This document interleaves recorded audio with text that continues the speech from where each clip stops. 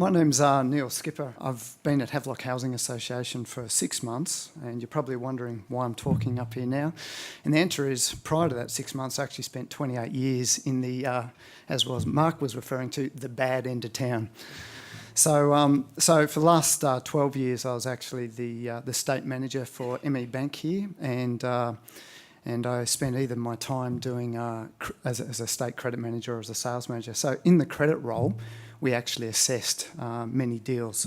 So today, what I want to talk about is putting a deal together, and in particular, preparing your organisation to obtain finance. Obviously, when you put a deal together, there's many different aspects.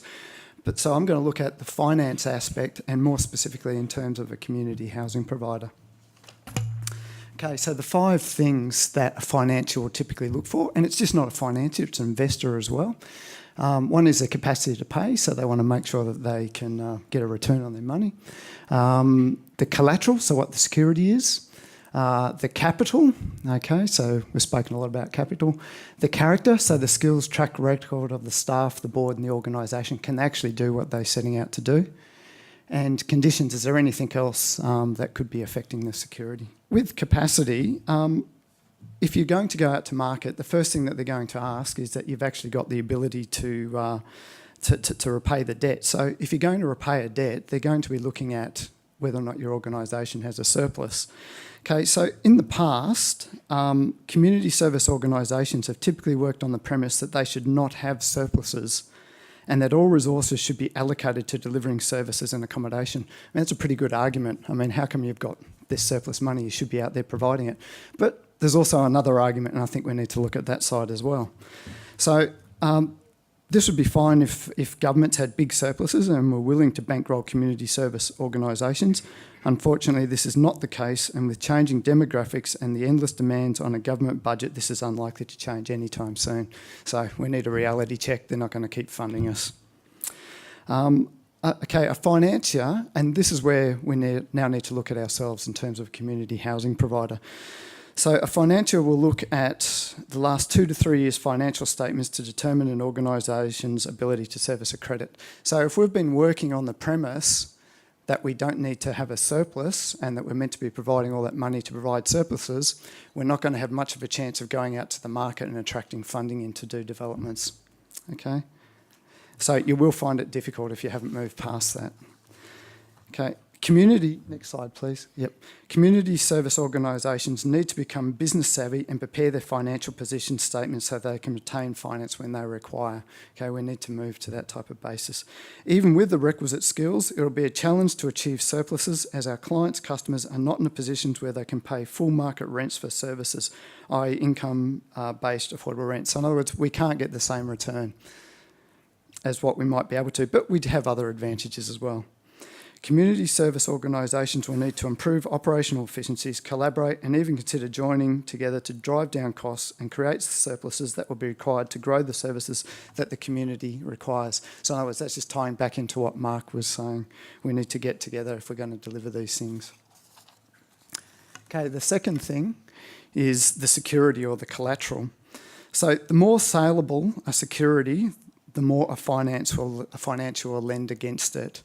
Okay, if we develop specialised properties for social disability housing, we may be limiting the amount we can borrow and hence increase the amount of capital required. We need to be smart about the design so it does appeal to the wider market. You don't want to get into the situation where we're developing highly specialised securities, because if something goes wrong, we won't be able to sell them, we won't be able to get our money back, our investors aren't going to be happy, and as a lending proposition, they'll be looking to reduce the amount of money that you can actually use those securities for. Okay, so collateral. Given the income-based affordable rents, loan-to-value ratios must be lower to have a sustainable proposition.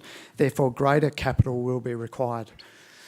Okay, unless community sector organisations have capital, retained earnings, they'll need to consider other ways of obtaining funds, such as grants or collaborating with other organisations and or the government. So again, it's just tying back into what Mark was saying. Okay, the third thing that a financier will look for is capital. So a financier will always look for ways to mitigate risk and maximise the chance of recovering funds should an organisation get into trouble. So the first thing that they look for is obviously the capacity, which I mentioned, then the security, the saleability of it, and finally the amount of organisation's equity or capital. Organisations that have capital will find it easier to obtain finance than organisations that don't. So again, just coming back to where my previous comment, if we have community housing providers or organisations that are not creating surpluses and who don't have capital, they're going to find it difficult in order to attract financiers and get that money in to do these types of developments. Rightio, just on to the next one. The other thing that financiers will look for, the fourth thing, is the character of the organisation. Financiers will assess an organisation and its staff capabilities. Can they actually do what they are setting out to do? Do they have the required skills? So in other words, it's unlikely that Havelock Housing Association will be successful in attaining finance to build rocket ships, okay, obviously, but it is likely that we will be able to obtain finance for community housing. So you need to really stick to your bread and butter there. Okay, the final thing, the fifth thing that financiers will look for is other market conditions. So is it risky to be building houses when there are already too many houses? Or alternatively, they may be looking to enter market because the returns are safe and good. Financiers might already have too much exposure to a particular market segment or organisation. So one example here was one of the big developments in Canberra. When I was working for ME Bank, we were unable to help people because we'd already reached the maximum amount that we could actually fund within an organisation. So there's all those type of quirky things that finance will look at.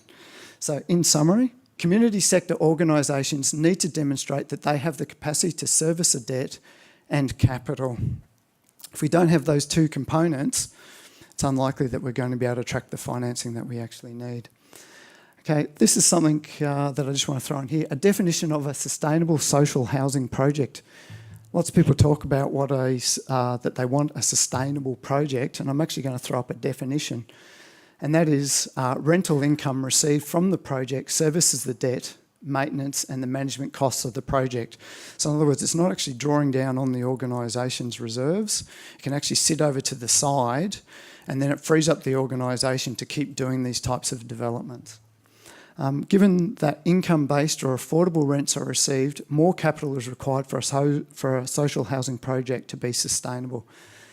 We need, coming back to what everybody's been talking about, we need that capital so that we can actually get these projects up and running, and then we can then go out, we can actually get the social bonds that Mark was referring to, and then with a combination of enough capital, the social bonds, and then somebody such as Havelock Housing Association or another community housing provider can then actually go out to the market, assuming that we've got the surpluses and we've got the capital behind us, we can actually go in, get the social housing bonds, and we can actually have it with a sustainable process where the rents from the projects actually service the bonds, and then the management is then basically done by the community housing providers or other like organisations. But those community housing providers need to become very lean, and they need to become very operationally efficient so that we can actually move towards that type of program.